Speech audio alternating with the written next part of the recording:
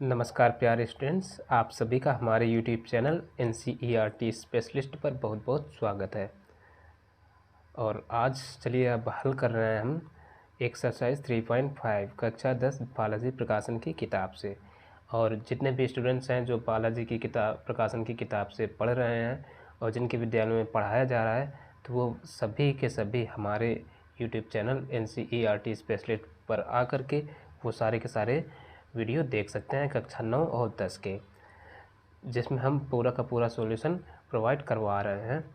और अब जो ये चल रही है एक्सरसाइज 3.5 और इसके आगे जो पूरी की पूरी एक्सरसाइज है वो कवर हो चुकी है। तो सवाल नंबर इसका हम देखेंगे 14वां सवाल जो है वो कह रहा निम्नलिखित रैखिक समीकरण युग्म को प्रतिस्थापन विधि से हल कीजिए। ठीक, तो रैखिक समीकरणों को हल करने के लिए कई विधियां होती हैं, तो उसमें सवाल में इसमें साफ साफ कह दिया है कि प्रतिस्थापन विधि से हल कीजिए, तो हम इसी विधि से हल करेंगे। तो एक बार फिर कहेंगे, प्लीज़ चैनल को सब्सक्राइब ज़रूर कर लेना और वीडियो को लाइक करना, ज़्यादा से ज़्यादा शेयर भी कर देना। तो चलिए हल करते हैं। तो देखो, प्रतिस्थापन विधि से हल करने के लिए जो कंडीशन होते हैं उन कंडीशन के लिए हम दोनों समीकरणों को ध्यानपूर्वक देखते हैं और देखने के बाद देखते हैं कौन सा समीकरण छोटा है।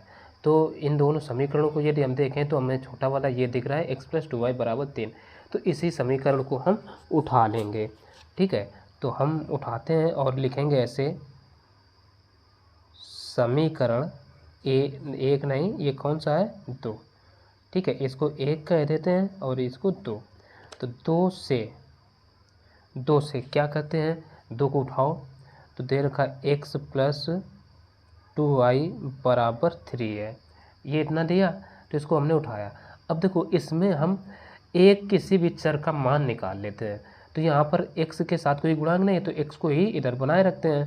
तो यहाँ से x बराबर आ जाएगा 3 माइनस का 2y को इधर भेज देते हैं, तो इधर धन का इधर हो जाएगा ऋण का, यानी 2y। ठीक, और इसी को कह देते हैं समीकरण 3। ठीक है, अब ये समीकरण 3 हो गया। अब ये जो x का मान आया इसको समीकरण हमें 1 में रख देना है। यानी जैसे 2 से निकाला तो फिर 2 में ही नहीं रखना, 2 में रखेंगे तो वही चीज़ आ जाएगी, 3 में रखेंगे अगले वाले में। ठीक, तो x का मान समीकरण 1 में रखने पर इस तरीके से हम लिख देते हैं। तो ये जो x का मान है 1 में रखेंगे, तो समीकरण 1 को पहले हम लिखेंगे। तो दे रखा है 7x माइनस के 15y = 2। ज़्यादा डायरेक्ट करने के चक्कर में ना पड़े तो गलत होने के चांस ज़्यादा रहते हैं। तो देखो, हमने लिखा 7x, तो 7 इंटू x का मान कितना दे रखा है, ये आया 3y माइनस का 2y, और ये माइनस के कितने लिखे हैं, 15 y एज इट इज, और बराबर के ये 2 लिख लिए। अब 7 जो गुणा में इसका अंदर हो जाएगा गुणा, तो आ जाएगा 7 त्रिका 21 माइनस 7 का 2 में गुणा, तो 7 दूना 14y। ठीक है, अब ये माइनस के 15 लिखे हैं, इनको लिख लो, माइनस के 15y और बराबर 2 चल रहा है। अब 21 माइनस के 14 और ये 15 जुड़ जाएंगे, कितना हो जाएगा, 5 4 9, यानी 29y बराबर के 2। अब ऐसा करो, 21 को इधर भेज दो, तो इधर बचेगा माइनस का 29y बराबर, इधर आ जाएगा माइनस के 21। ठीक है भाई, 21 इधर आया तो माइनस का हो जाएगा, और प्लस के ये 2 लिखे हैं, तो वैसे हमें 2 माइनस 21 लिखना था, खैर कोई दिक्कत नहीं। ठीक, अब ये माइनस के 29y बराबर आ गया माइनस के, देखो 21 में 2 घट जाएंगे, माइनस के बचे 19, माइनस और ये माइनस कट गया, तो यहाँ से y बराबर जो आया वो 29 जो है ना इधर बटे में आ जाएंगे, तो आ गया 19/29। ये y का मान निकल के आ गया। अब ये जो y का मान है इसको समीकरण हमें 3 में रख देना है। ठीक, तो लिख देंगे y का मान समीकरण 3 में रखने पर अब देखो रखने को चाहे हम 1 2 जिसमें चाहे रख दें आएगा, लेकिन 3 में अब सबसे आसानी से आ जाएगा, तो इसलिए 3 में ही रखते हैं। ठीक, तो 3 में क्या है दे रखे हैं x माइनस नहीं x बराबर 3 माइनस का ये 2y है, रख दिया। अब देखो तो x बराबर 3 माइनस 2 इंटू वाई का मान कितना आया 19/29। ठीक, कोई दिक्कत हो तो अब देखिए गुणा कैसे होगा, 19 और 2 गुणा में है तो इनका ऊपर ऊपर गुणा होगा। तो पहले तो हम लिखेंगे 3 माइनस 19 2 ना 38/29। 29 का इधर गुणा करा दो तो ये आ जाएगा 29 का, और गुणा हम जब 3 में कराएंगे ठीक है तो आ जाएगा 87। ठीक है, 93 में 3 कम हो जाएंगे है ना, 87 माइनस 38/29। तो ये x बराबर आ कितना जाएगा, घटा दो तो बचेंगे 49/29। और ये आ गया जो मान, ये आ गया हमारा x का मान, यानी जो अब आंसर आए वो हम लिख सकते हैं x बराबर 49/29 कामा y बराबर 19/29। यही इस सवाल के आंसर हो गए। ठीक है, तो इस तरीके से प्रतिस्थापन विधि से हल करते हैं। तो अब देखेंगे अगला सवाल। तो अगला जो सवाल है अब वो क्या दिया है, वो कह रहा है 3x माइनस वाई बराबर 3 और 9x माइनस 3y बराबर 9। इसको भी हमें प्रतिस्थापन विधि से हल करना है। तो चलो इसमें भी दोनों समीकरण में देखिए छोटा कौन है, तो ऊपर वाला है छोटा, तो उसी को हम लिख लेते हैं। ठीक है, हालांकि अगर हम इससे 3 कॉमन ले लें तो ये दोनों समीकरण बराबर हो जाएंगे और इसके अनंततः अनेक हल होंगे।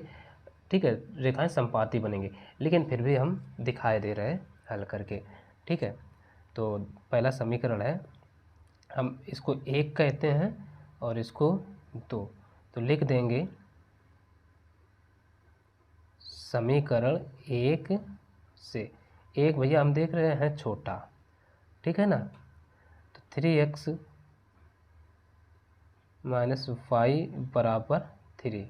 तो इसको क्या करो, हमेशा करते हैं 3x को जो यहीं है बनाए रखते हैं और 3 को इधर ले आते हैं, y को इधर भेज देते हैं। तो ये ऐसा हो जाएगा 3x, देखो 3y को इधर लाएंगे तो माइनस कहाँ आ जाएगा 3 बराबर y, ये आ गया, यानी ये y का मान आ गया और इसको समीकरण हम कह देते हैं 3। अब ये जो y का मान आ गया इसको समीकरण 2 में रख देना है। ठीक, तो हम ऐसे लिखेंगे समीकरण 3 से y का मान समीकरण 2 में रखने पर, चलो रखो भाई, समीकरण 2 क्या दे रखे हैं, 2 दिया है 9x माइनस 3y बराबर 9, ये दे रखे हैं। तो अब देखो x का y का मान क्या आया 3x आया। ठीक है, तो इसको हम पहले तो ये 9x एज इट इज रखेंगे माइनस के 3, अब इनटू, अब देखो यहाँ पर y है ये, तो ये y का मान हम y को हटाएंगे और उसके स्थान पर ये 3x माइनस वाई ये पूरा रखेंगे। तो 3x माइनस का 3 है, ठीक है ना, माइनस का 3 है बराबर 9। ठीक, इतना हो। अब ये जो 3 है इसका अंदर करा दो गुणा, तो गुणा कराएंगे तो ये आ जाएगा 9x माइनस, देखो 3 का 3 में गुणा, 3 तिरका 9x। अब देखो ये माइनस ये माइनस, माइनस माइनस का गुणा पहले तो प्लस, अब 3 का 3 में गुणा, 3 तिरका 9, ठीक, बराबर 9 आ गया। अब देखो इससे ये कटा 9 9 ये कटे, अब इससे ये कटा। अब देखो यहाँ ना x का मान निकला ना y का मान ही नहीं निकला। जब ऐसी कंडीशन आ जाए, ठीक है, तो ये हमें मान के चलना है, यहाँ पर ये रेखाएं कैसी होंगी, संपाती होंगी। तो ये चीज़ हम दिखाई दे रहे हैं। तो हमने यहाँ पर लिख के दिखा दिया, चूँकि हल करने पर चर का मान नहीं आया है इसलिए ये रेखाएं समपाती होंगी, अतः समीकरण निकाय के अनंतः अनेक हल होंगे। ठीक है, जब भी ऐसी कंडीशन आ जाए चर का मान ना निकले तो समझ लेना कि रेखाएं समपाती होंगी और इसके अनेक हल होंगे। ठीक है, तो ये सवाल यहीं तक था, हो गया। अब इसका अगला नंबर देखते हैं। अब सवाल नंबर इसका थर्ड जो है वो देखते हैं। पहला दिया है समीकरण s माइनस टी और दूसरा s3 plus T by 2 is equal to 6। तो पहले को हम समीकरण 1 और दूसरे को 2 देते हैं, पहला काम। अब देखिए समीकरण इसमें छोटा कौन नज़र आ रहा है, हमें पहला वाला छोटा आ रहा है ना। तो और ये थोड़ा बड़ा अटपट सा है, तो इसको ऐसा करो थोड़ा और सिंपल कर लेते हैं। ठीक, सिंपल करने के लिए क्या करते हैं, इसका इधर गुणा इसका इधर एलसीएम ले लेते हैं। ठीक है, तो एलसीएम लेने के लिए हम इधर इम्प्लाइज लगा के दिखाई देते हैं। देखो 2 का इधर गुणा तो ये आ जाएगा 2s प्लस, अब 3 का इधर गुणा होगा 3t और नीचे नीचे का भी गुणा होता है, यानी 3 दूना 6 बराबर कितना है 6। अब 6 का इधर गुणा करा दो तो ये आ जाएगा 2s प्लस 3t बराबर 6 का 6 में गुणा तो 6 रंग 36। अब भाई इसको हमने दे दिया 3 समीकरण। ठीक है, क्योंकि 2 उसको दे दिया था तो इसको 3 देना ही पड़ेगा। तो अब आगे हल करेंगे, अब लिखेंगे समीकरण 1 से, एक छोटा है ना तो लिख लो समीकरण 1 से, एक को लिख लो s माइनस टी बराबर 3। अब इसको दे दो। अच्छा, अब यहाँ से हम देखो चाहे तो t का मान निकाल लें या s का, तो s का निकाल ही ले रहे हैं। तो s बराबर आ जाएगा t, देखो यानी 3, t को इधर भेजते हैं तो ये आ जाएगा इधर प्लस का t। अब इसको समीकरण 4 का। ठीक है, अब ये जो समीकरण 4 है इसका जो s का मान है इसको हमें रख देना है 3 में। तो लिख दो समीकरण 4 से s का मान समीकरण 3 में रखने पर, अभी तक 2 समीकरण थे तो उसी में रख, अब की 3 बना दिए तो 3 में ही रखेंगे जा करके। ठीक है ना, तो भाई रख दो। तो s समीकरण 3 है क्या, 2s प्लस 3t बराबर 36। अब देखो s, ये s का मान है 3 प्लस t, तो यहाँ 2 इंटू एस को हटा देंगे और मान रखेंगे 3 प्लस ये t, ऐसे रख दिया, प्लस ये 3t है, 3t रख दो बराबर 36। अब 2 का अंदर हो जाएगा गुणा, ब्रैकेट का मतलब होता है गुणा, समझ लेना। तो 2 गुणा 3 प्लस, अब देखो 2 गुणा टी में भी होगा तो ये क्या हो जाएगा 2t हो जाएगा, प्लस का 3t बराबर 36। 2 का गुणा कराएंगे तो ये हो जाएगा 2 3 6। ठीक है, प्लस का देखो 2 3 5 यानी 5t बराबर 36।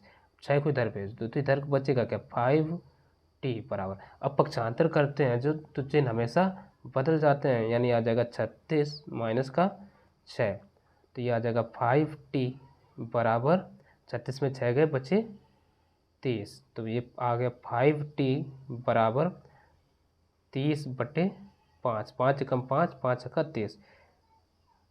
अच्छा, इधर से ये 5 हटा दिए। ठीक है, तो ये t बराबर आ गया 6 आ गया। अब ये जो t का मान है इसको हमें समीकरण 4 में रख देना है, तो लिख दो t का मान समीकरण 4 में रखने पर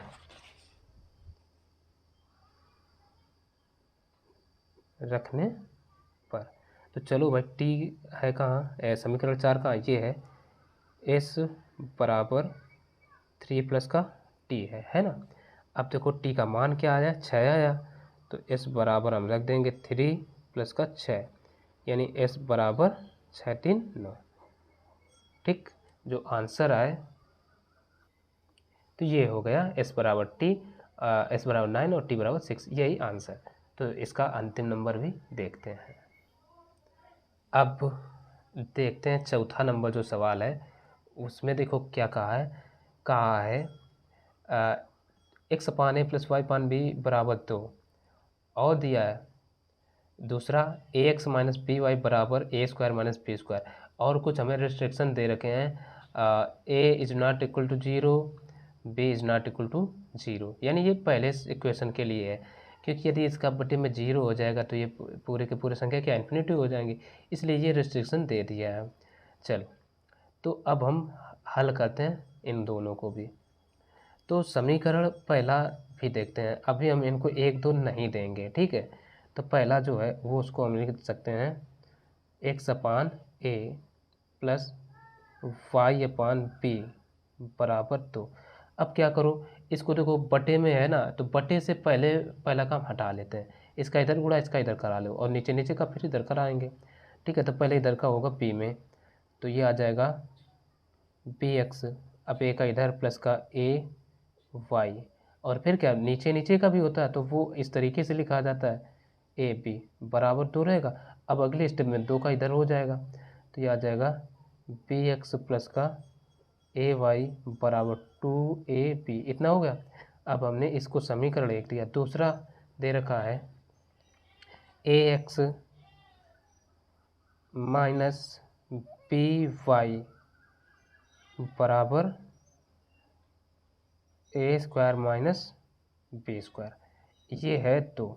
अब देखो इसमें तुम्हें जो छोटा लग रहा हो वो समीकरण ले लो, ठीक है, और मान निकाल करके किसी दूसरे में रख दो। तो हम अगर 1 से रखें, ठीक है, या 2 से, जिससे चाहो उससे हम रख सकते हैं। तो हम चलो समीकरण 1 से ही लिए ले रहे हैं। समीकरण 1 से क्या है, बी एक्स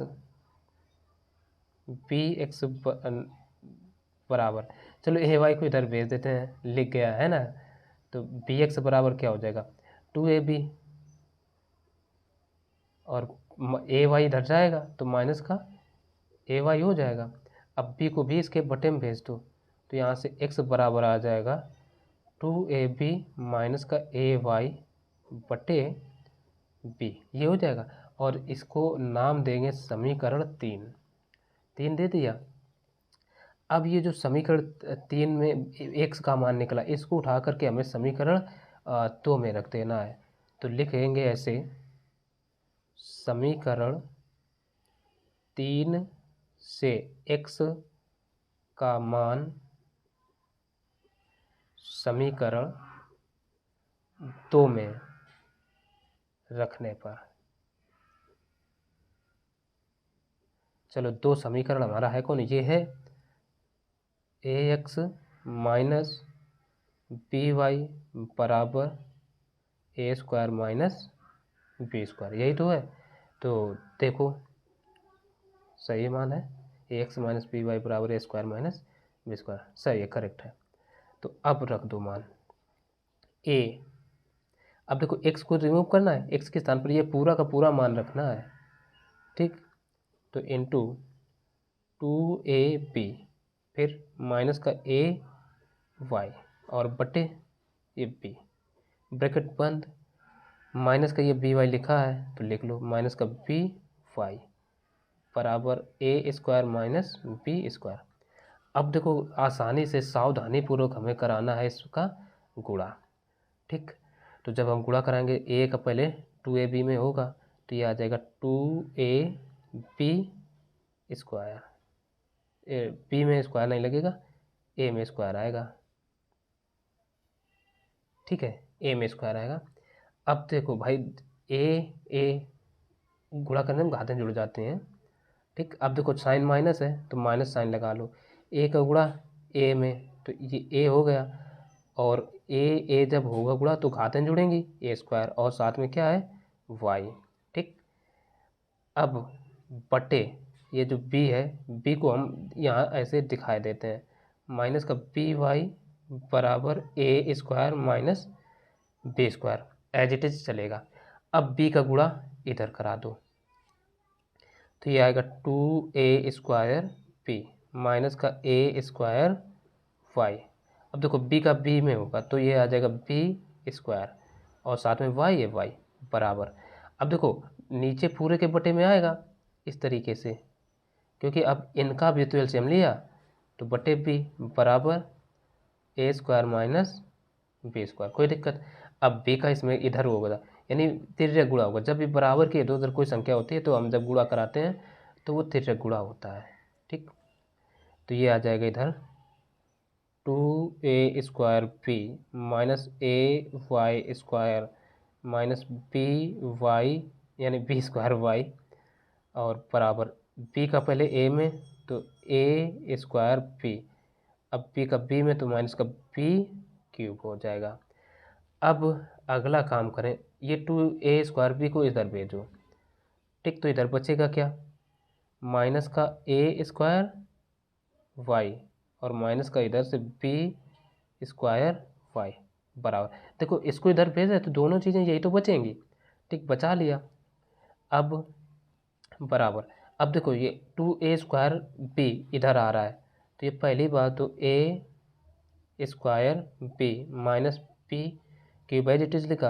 अब 2a स्क्वायर b इधर आया, इधर ये इधर प्लस का तो इधर आ जाएगा माइनस का, तो माइनस का 2a स्क्वायर b, कोई दिक्कत हो तो बताना।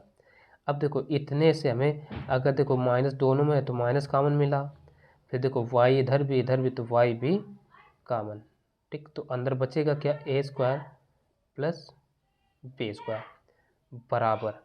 अब a स्क्वायर b में से ये 2a स्क्वायर b का तो माइनस का बचेगा, माइनस का a स्क्वायर b, अब ये माइनस का b क्यूब, ठीक है ना। जब दो में एक घटेगा तो एक ही बचेगा। अब देखो इन दोनों से ले लो माइनस कॉमन, तो माइनस इधर बचेगा 5 इंटू ए स्क्वायर प्लस बी स्क्वायर बराबर माइनस बी कॉमन मिलेगा, बी कॉमन तो अंदर क्या बचेगा, ए स्क्वायर प्लस बी स्क्वायर। अब माइनस माइनस कटा, ए स्क्वायर प्लस बी स्क्वायर से ये कटे तो यहाँ से y बराबर क्या आ जाएगा, b। इधर हम अब लिखे दे रहे हैं y बराबर कितना आ गया, b आ गया। अब ये जो y का मान है इसको समीकरण बस उठा में 3 में रख दो, तो y का मान समीकरण 3 में रखने पर, तो समीकरण 3 क्या है, ये है x बराबर 2ab माइनस ए वाई अपान बी, तो ये आ जाएगा 2ab, ठीक, माइनस a इंटू वाई का मान आया ये b इंटू बी बटे ये b, तो यहाँ से x के बराबर चल रहा है ना। अब देखो 2ab में ab घटा दो तो बचेगा केवल ab और बटे b है, तो ये b से b कट गया, तो यहाँ जो आया हमारा x बराबर आ गया a। तो अब जो मान है उन दोनों को एक साथ हम रख सकते, अतः हम कह सकते हैं x बराबर a और y बराबर b। तो यही थे इस वीडियो में 4 सवाल नंबर ये था, ठीक है, 14वां। तो बाकी के जो सवाल बचे हैं अगले वीडियो में बताएंगे। तो वीडियो पसंद है तो लाइक ज़रूर कर देना, चैनल पर एक अच्छा सा कमेंट करना और वीडियो को ज़्यादा से ज़्यादा शेयर करना, और चैनल पर पहली बार आए वीडियो देखा है तो सब्सक्राइब भी ज़रूर करना, बिना सब्सक्राइब करे मत जाना। तो चलिए मिलते हैं फिर अगले वीडियो में, तब तक के लिए नमस्कार।